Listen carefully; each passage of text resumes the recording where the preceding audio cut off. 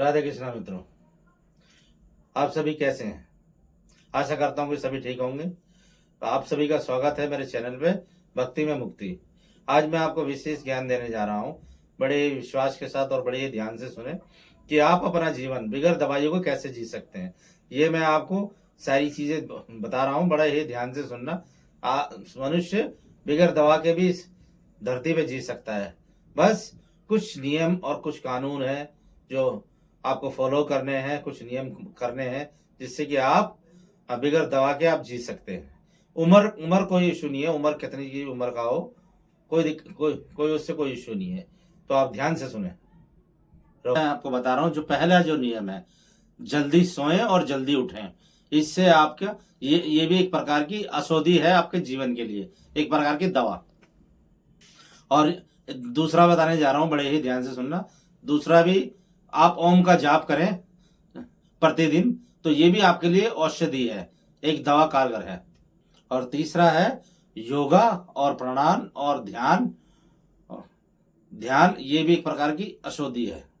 और चौथा है सुबह शाम जरूर आप टहलें। टहलने से ये भी एक प्रकार की औषधि है, ये आपके शरीर के लिए काफी लाभकारी है। और पांचवा है उपवास रखना। उपवास, आप जिसको आप उपवास कहते हैं, उसको बहुत से फास्ट भी कहते हैं, व्रत भी कहते हैं। तो ये भी आप अगर करेंगे महीने में 3 बार 4 बार, तो ये भी आपके लिए दवा के कारगर होगी, सारी बीमारी को नष्ट करता है। छठा है सूर्य की रोशनी।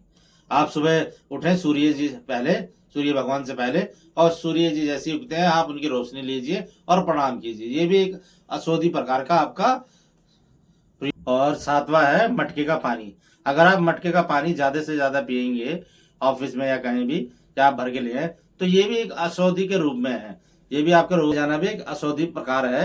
अगर आप ताली बजाते हैं कई प्रकार की, तो ये भी औषधि कारगर है। भोजन को अच्छे से चबा के खाना भी एक प्रकार का औषधि कारगर है।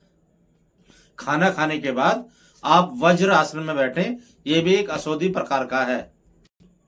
और 11वां है आप अपने जितना ज्यादा खुश रहेंगे, ये भी एक प्रकार की औषधि है, खुश रहें ज्यादा से ज्यादा। और कभी कभी चुप रहना भी औषधिक दवा है, ये भी औषधि कारगर है। और 13वां है हंसी और मजाक करना भी एक प्रकार का दवा कारगर है, औषधिक। 14वां है जितना आप शांत रहेंगे और कम बोलेंगे उतना, ये भी एक शांत रहना भी औषधिक कारीगर है, रहना। और 16वां है ईमानदारी। ये भी एक प्रकार का आपके शरीर के लिए औषधिक दवा का कारीगर करता है, ईमानदारी। और 17वां मैं आपको बताने जा रहा हूं कि निस्वार्थ अगर आप किसी से प्रेम करते हैं, तो ये भी आपके शरीर के लिए दवा का कार्य करता है। निस्वार्थ, या आप प्रभु से प्रेम करें, या भाई से, बहन से, माता से, या आप किसी से भी, तो ये आपके लिए औषधिक कार्य शरीर में करता है। तो और आगे मिलते रहेंगे, आपको मैं अच्छी से अच्छी वीडियो शेयर करता रहूंगा वीडियो के माध्यम से। आगे मिलते हैं आपसे।